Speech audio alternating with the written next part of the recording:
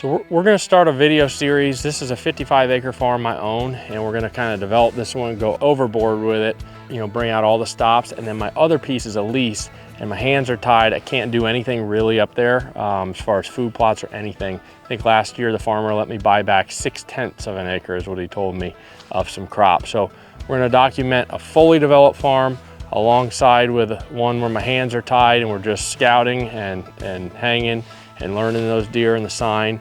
And we're gonna show you the whole year and kind of the different things we're doing throughout the year on these two different farms. So we're here this is the the southeast corner of the field where our fence ends. Already just a no-brainer inside corner, southeast facing bedding air knob from the heavens. It's just like all hedge and it's just unbelievable. And here we're kind of on the westerly side of the corner, and I just want to be able to hunt this with every single wind possible. So like the way that we're gonna have that trail going through the switch, you know, you'd be able to get away from, I'd get in this stand with a southeast or a straight east. So not too many winds here in this one. The double ladder I'd get in with like a south-southeast, straight south, south-southwest would probably be the most I'd get in. And then I'm also gonna hang one for a north or a north-northwest or a northwest. That one, like these, I can kind of slip in. You know, I could even catch a deer earlier in October, something coming to and from the field. I can sneak in here. That one there is gonna be like, it's only if I know that we're November 4th, 5th, 6th, 7th, and the big deer is been in this area and I need to get in with a north. I've got good enough access from the highway in the morning to come across and sneak in the back of it and get high and blow my scent over some stuff. So that's like a very specific window that I'd hunt that. Things would have to be perfect, but these two are easy to slip in and out of. This one here, there's a big ditch that comes up out of the bottom and it stops about maybe 12 or 15 yards out in front of the stand. And there's all these trails just beat down right here. So I'm gonna get this stand up here and Sean's gonna start opening her up so we can shoot to this inside corner. This inside corner, like I said, it's already killer. It's got the fence. There's gonna be even more scent pouring through there. We've got a hemp rope that we hung. It's gonna be a spot they're gonna wanna scrape anyway. And the last little layer of strategy, this is something I've been doing. My cousin killed a 181 at one of these spots last year. So we're hunting on these stands are set up for an easterly wind, right? So we're hunting the downwind side of all this cover. If I'm a big deer and I'm trying to check this, I'm naturally gonna wanna be here anyway. And then you've got the scrape rope, which is another thing to just up your odds to get them into bow range. And then finally, we're gonna put this water hole right there. And what that water hole does, yeah, you could shoot one coming to drink water or have a doe drag a buck up to it to drink water.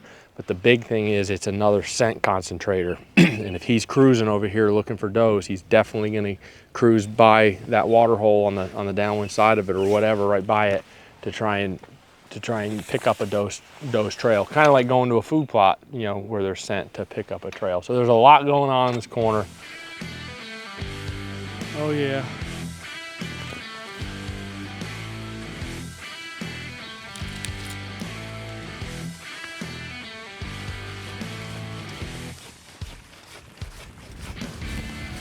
So in this video, you're gonna get to see me go off the deep dive of whitetail deer hunting strategy on my own farm. We do offer consulting where we come to your farm, do a similar plan like this, or we can tailor it to your own kind of style of hunting. And then we'll follow that up. We'll build out your plan in Onyx, and then we'll follow it up with a Zoom call with you and your family or friends that hunt with you. And then you'll get a recording of that Zoom call. So if you want more information about having a plan like this done on your own farm, go to the whitetailgroup.com consulting page and then read some information and send us an email. So this little tree right here is definitely the tree to be in, as confirmed by Chris. Like most trees, it's got all kinds of curves and this and that, and that's why we love these Novix stands. They, you know, this thing's leveled forward and backwards, and it's only touching on the far contacts. When I get it up in there, what I do is I put my foot, you know, parallel to the tree and lift up on the back and then hop and it dropped an inch. That way when you seat it back in, it locks in, and then you can even, when they're getting down, you can tighten this, pull the front up just a hair, tighten it, and then lock it back down. But, levels in any tree, locks in good, bites in. We were just talking about the old non-typical stands and how well they bit into the trees, and these Novixes do just as good of a job. I also like to use my lifelines. I tie it off to myself and to the stand, and I use it as my hoist rope. And then once I'm done up here and I get it set, I'll take this and hook in, and that way I can get disconnected from the lineman belt and be able to move a lot better up in here. We're still here in this inside corner, and if you notice, on this farm, like I'm not punching in anywhere. Like this, all these woods are core, right? Because between the setup over, on the east side and this setup, like I can hunt this wood lot effectively in the rut.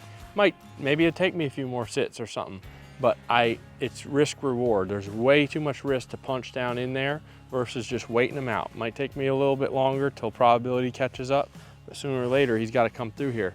So I'm a proponent of setting up these spots, even if you have multiple stands for different winds, and you could literally just hunt this thing over and over and over and over again, and you're not doing any damage to your farm. So we've got this double ladder right here behind us. And then I've got the stand I just hung right over here. That one's for like an east or a east, southeast, southeast. This one would be a straight south, south, southeast, south, southwest. Like I said to somebody the other day, we were doing a consult, and he was talking about his neighbors and how they put pressure on and this and that. And I said, picture you are that neighbor, and your piece, instead of your piece, is a wildlife refuge. It's got tall grasses, and everybody in the neighborhood knows it's a wildlife refuge. And it's got that vibe and that mystery and the mystique. I'm like, that can be your farm. That's what you want your farm to be. The way we're laying it out, you're hunting the fringes and stuff, and your farm is essentially a wildlife refuge. And that's basically what you're trying to do. Hunt as little of the farm as possible and hunt it effectively and give them a ton of space to be, secure and safe. In this spot here, we've manipulated with the fence, and we've done some things to enhance it with the hemp rope. We're gonna put a pond here. But if this was the other farm in this series, my lease, this would still be a killer spot, and we would still, hang these stands in this spot. Same theories, you just have a little less, compounding things to up your odds of them being right here. All right, so I'm gonna talk to you about some of my thought process for where we're putting our switchgrass and our miscanthus. So first of all, we want to just kind of screen everything back here, and that's what we're doing. We're putting in real world miscanthus right here. And if you notice, it kind of leads to our corner. So everything's leading there, the fence, the miscanthus is just naturally kind of going over there, and it naturally curves and it goes over to that wood lot. And the reason I did it like that is to create enhance this natural travel corridor up and over from woodlot to woodlot that we're doing. And what I'm gonna do, all the rest of this area that's dead grass right now is gonna be switchgrass. So we're gonna plant the miscanthus and the switch on the same day and then spray it all with a residual. And then once it is established, I'm gonna mow a trail from that corner out, and I'm gonna have the main trail is gonna come from the corner right here tight by this miscanthus and straight on over. And that's gonna make like a super nice up and over, staying in the cover, going woodlot to woodlot. It's gonna go by those tree stands, and it'll go by a couple tree stands over here at this end as well.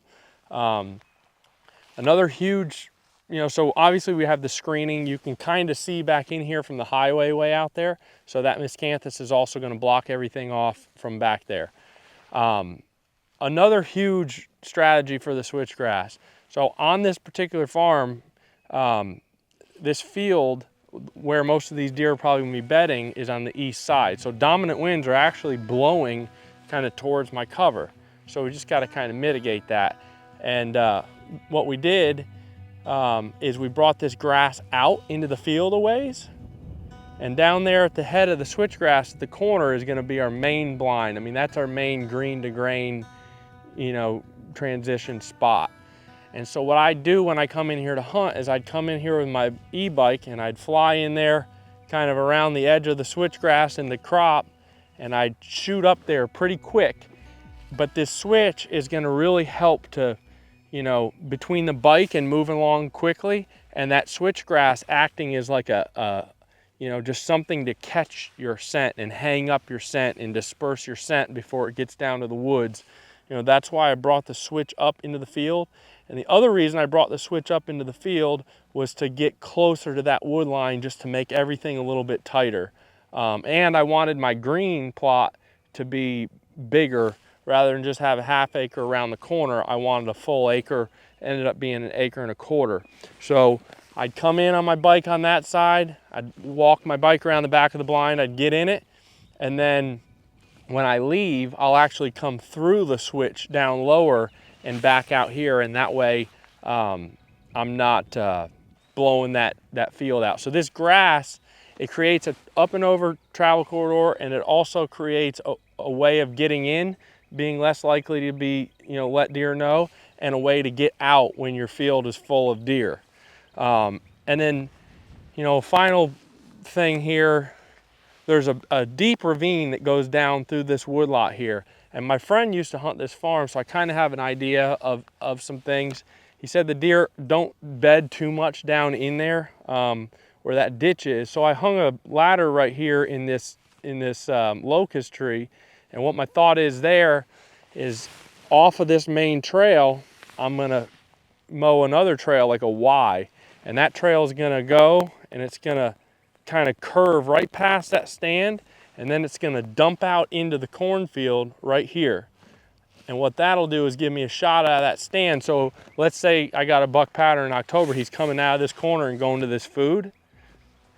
It gives me the ability to potentially hunt with a west wind because I'm blowing it down the ditch, and I got this fence keeping them from getting in my wind too far up here. So this was one of the original jury box blinds that was on this farm that they built. So I wanted to keep it because I thought it'd be cool to keep it around. Kind of put it there on this end of the field. And what we're gonna do is we'll take this electric fence down. Once this is NutriCrave corn, real world NutriCrave corn, and once we get it past the stage where the deer are gonna decimate it, we did this electric fence in segments. So we'll take the fence off right there at these 2 T-posts, and we'll take it off around to where the power box is over there. And that way, these deer coming out of this corner will pinch by the box here. And if deer come out of that wood lot, they'll pinch around the end of the fence there. And like I said, we segmented it so that I can leave that hot wire up there and along that edge. It creates pinches. And it also just makes it easier to manage the fences. Like when I pull them down, it's a lot easier to just manage just 75 yards of fence, roll it up for next year and take a few posts out, then do the whole thing. And we're doing some of that stuff down the other end as well. So we kept this blind on the farm. That switchgrass will come right up to it. We'll wrap the bottom in burlap, be an awesome late season gun blind. Be an awesome spot to be able to hunt this with a north or northwest if I get one in October coming out of this corner and coming to this food right here. And it also allows me to hunt deer coming out of that wood lot to the south end of this corn. We'll walk over here to this ladder and kind of show you what I was thinking with mowing an entry trail out to the food. So with what we're trying to accomplish with this switchgrass here, we're not concerned with the deer bedding in it, so we want it really dense, and we want to really funnel them on these trails that we create for them to use, up and overs and how to get to this field. So we're going to plant it like 6-7 pounds to the acre. What I'm doing, we're spring planting this. So I already sprayed this once, and the whole name of the game is weed control. This was a bean stubble last year, so pretty good area prep. So I'm going to spray it. I sprayed it once. I'll probably come in here again as soon as some stuff starts greening up. I'll hit it again with probably Roundup, maybe 2,4-D if I've got enough time still and I see some broadleafs. and then I'm gonna no-till this, and that way I don't disturb more seeds in the seed bank. And then the day that I no-till it, I'm gonna spray it with a residual like simazine, and it should be really good to go. You just wanna keep those weeds beat back if you're trying to spring plant it, or anytime, you know. So we'll have the main up and over trail that's mowed from that corner and out tight to the miscanthus and straight onto that wood lot. You know, that's gonna be really trying to key in on that rut travel. But in October, you know, when we're hunting this food, October, late season, we get a big deer we know is coming out of this corner, and we get a west or a west-southwest, or, you know, something like that, we can get in that tree. And what I'll do is I'll take a backpack sprayer once this switch starts growing, and I'll just come here and just let it mist, and it'll spray a perfect dirt deer trail. And it'll come down, and it'll come right here. So you'll be broadside, broadside, and then right in here, I'll start kind of curving it out to the field. And this is a little, you know, micro strategy, but this little bit of a curve, it's gonna coax them by the stand, and it's gonna get them starting to turn, you know, quartered away. You'll be able to draw behind all those branches. And when you're standing up, you'll be able to shoot there, and then it'll go right out here, and it'll enter the field. Where it enters the field, it'll also be in bow range from that box. Because like I said, what we're gonna do is once I take these fences down, once this NutriCrave corn is up past where they're gonna decimate it, I'm gonna take this fence down from these T-posts on around the corner, and I'll leave that section up. That way it's easier to put up in the future. And it also will help enhance, you know, this funnel in this spot. So this is kind of the focal point of all of this. I mean, this is the blind, the spot, you know, we developed around this spot. This is pretty much, you know, the spot. You can kind of see where this grass is. This will all be the edge of the switch grass. It'll come out here and it'll turn, and the blind will sit right here. And I'm gonna use one of our premium model blinds, and I'm gonna put the jack stands on, like our old corn boxes. Put the jack stands on.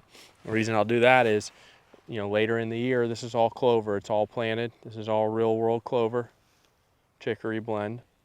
And when that, you know, kind of the last time that I mow that, this switch should be pretty tall. I'll come in here with the box, come up the hill, and I'll lift it up high, and I'll reach in here and I'll set it right down in the grass, so I destroy as little of the grass as possible, keep it tall around the grass. And then that way in the future, like next year when I come in here, you know, I'll pick that box up and I'll just set it over there, you know, out of the way for the year. And then I can burn this and I can do whatever. I can let it grow even taller next year. And then when I'm ready to put it here next year after the growing season, when I'm in here mowing this clover, I'll just scoop that blind up and bring it around, set it back in place. And if I don't set it in exactly the same place, I can just get out and level those jack stands really easy. And that's why I love those blinds. They're just so easy to move around and level. So again, we put this strip of grass in here to hang our scent up and give us better ingress, and also to give us better egress. I'll do the same thing that I'm gonna do down there for the deer trail with the backpack sprayer. Once it starts coming, I'll just walk a line through here where I wanna exit, and I'll just, you know, make a little dirt trail. And I'll try and do it in a way that, you know, it's as less likely as possible for the deer to actually, you know, try and use it. I'll go down there, I'll cut across those trails. Again, I'll be using a bike, so I won't be leaving scent. I'll hit the miscanthus, and I'll probably go right down the miscanthus and out. So we got all of our NutriCrave corn planted here. We got some real world clover out here. One of the first things we did was we built the fence here to the corner, which enhances this spot, and enhances down there. It keeps deer, you know, from getting in our wind, like out of that ladder and stuff. And then over here, we started another fence here and went to the wood lot there. At the end of that fence, there's about a 10-yard, you know, swath right inside the woods that those deer can travel in the rut. The jury's had a stand right up in there, awesome stand at the head of that gut. But now with the fence, it's even better because they have to go through, if they're going, you know, east and west in that wood lot up high, they have to go in a 10-yard opening now. So this fence played off of that ditch, and just kind of everything worked out. Got a concentration of scent coming around the corner there, green to grain. Tree koi, it's gonna be a place they're gonna wanna scrape naturally. Eventually, when they do start scraping in September, I'll go around and figure out where they're trying to scrape on the edges here, especially the edges of this field, because I don't want them being able to scrape there and not come up to here. So I'll definitely eliminate all the scrape branches in here. And then over here, like I said, that section of over there of hot wire is still gonna be up. So it just depends on where the scrapes pop up, but I'll eliminate certain ones so that it forces them to use the ones that are within bow range of spots. And again, right here where this blind is, the way that we segmented this hot wire here, once that corn gets past where the deer are gonna destroy it, we'll just take this and this. We'll take this big section out, this big L, and this will stay hot. And that way it's just less we gotta take down, less we gotta put up, and it helps enhance, you know, our spots down there and up here. So we're here at the other end of this fence on the north edge of the field, and you can see this crazy trail. That trail's already crazy. It's about to blow up once, you know, as these deer start having to use this fence and the food blows up. But you can see the ditch right there, it starts. It's super steep, all right? And then this hill rolls off, and then you got, those are the jury's old stand right there, the old camera stand and everything. So it was already a really good spot, but now they have to come by here. So again, taking something that's naturally here, this ditch, it's already a good spot. We could have ended this fence down there a little ways or down there, but we brought it to this spot to enhance it. So this is NutriCrave corn that's planted on the other side of this electric fence.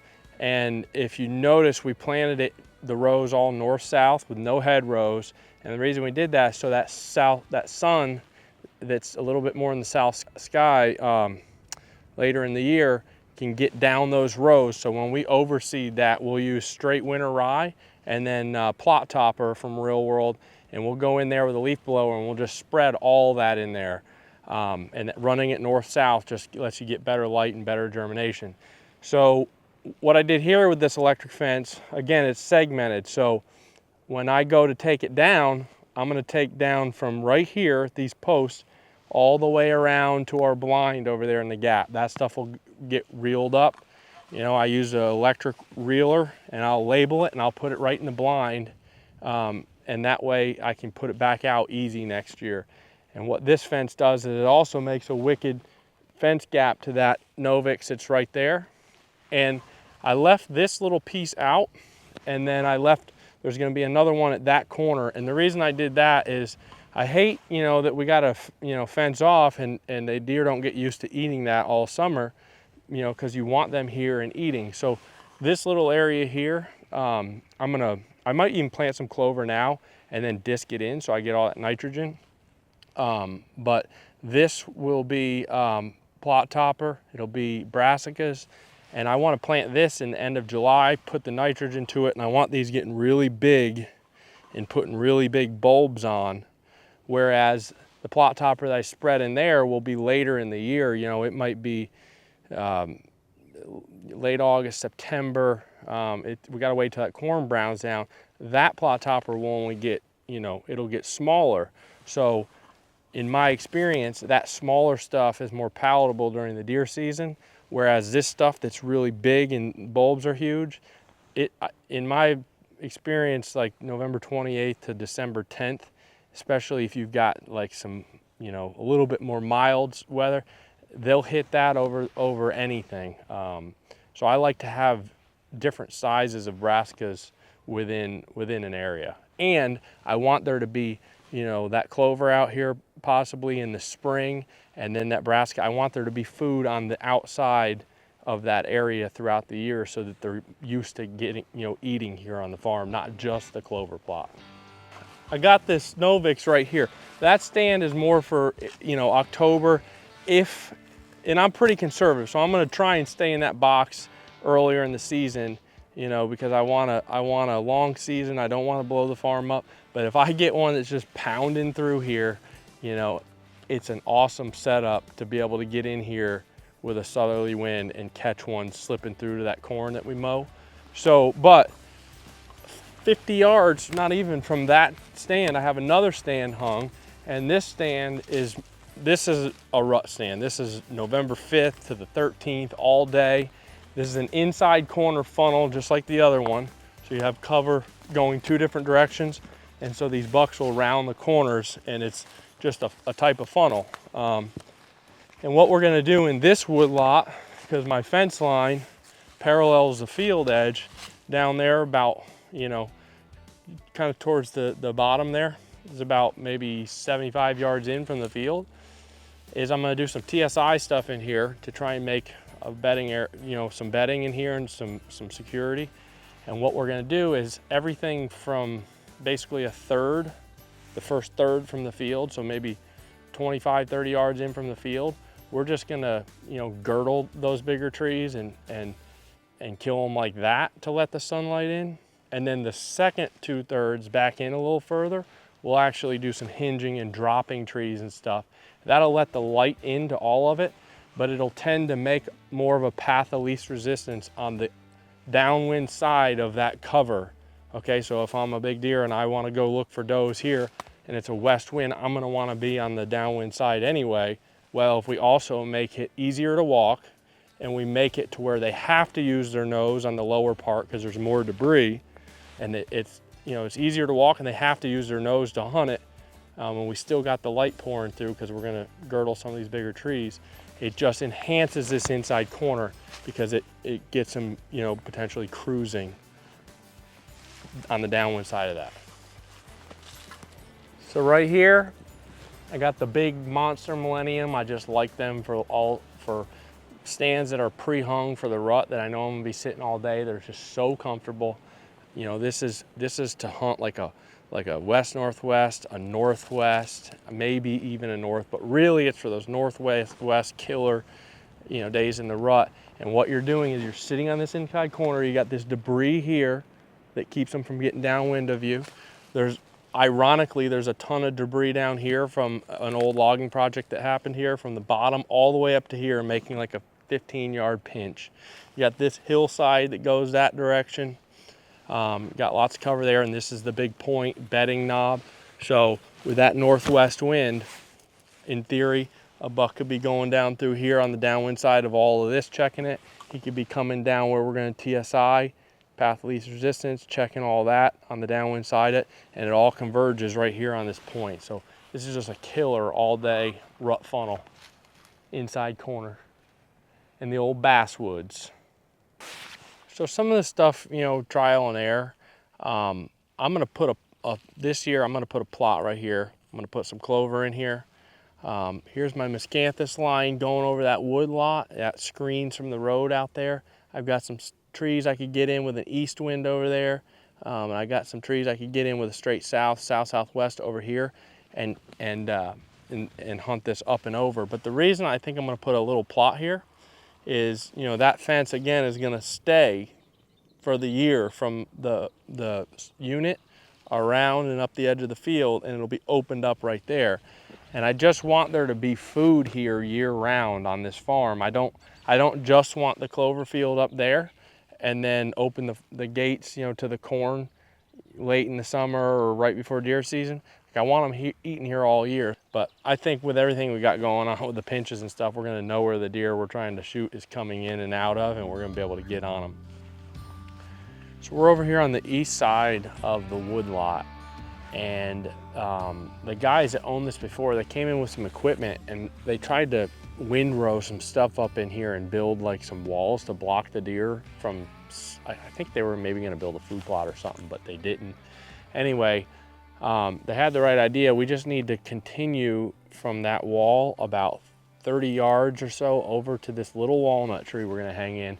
I walked circles in here back, you know, in the winter when I was scouting, and this is one of those scenarios of wrong tree, right spot type deal.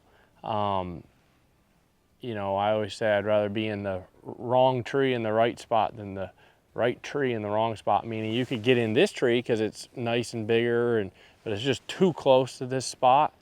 So we're gonna go back there. If we gotta add some back cover with some cedars or something like that, we'll do that. But right here, I mean, once we get that little section blocked off, everything is pinched from the outside edge of this wood lot in to here. The creek makes an oxbow right here, so that's pinching. And then like it was built here in this already funnel, got a water hole right here, and you can see there's trails that just, everything collects right here and then fans back out from here. There's like 3 trails. You can see them coming off the hillside. There was a big scrape right over there. I'm gonna hang a hemp rope in here as well. Maybe even right over where that scrape was, but once I get up there and see where I got a good shot to. So again, we're on the downwind side in the rut with a westerly wind, with perfect access to punch into our farm without letting a deer know we're here and get right back out, not leave our scent anywhere where deer are gonna be because of the windrows.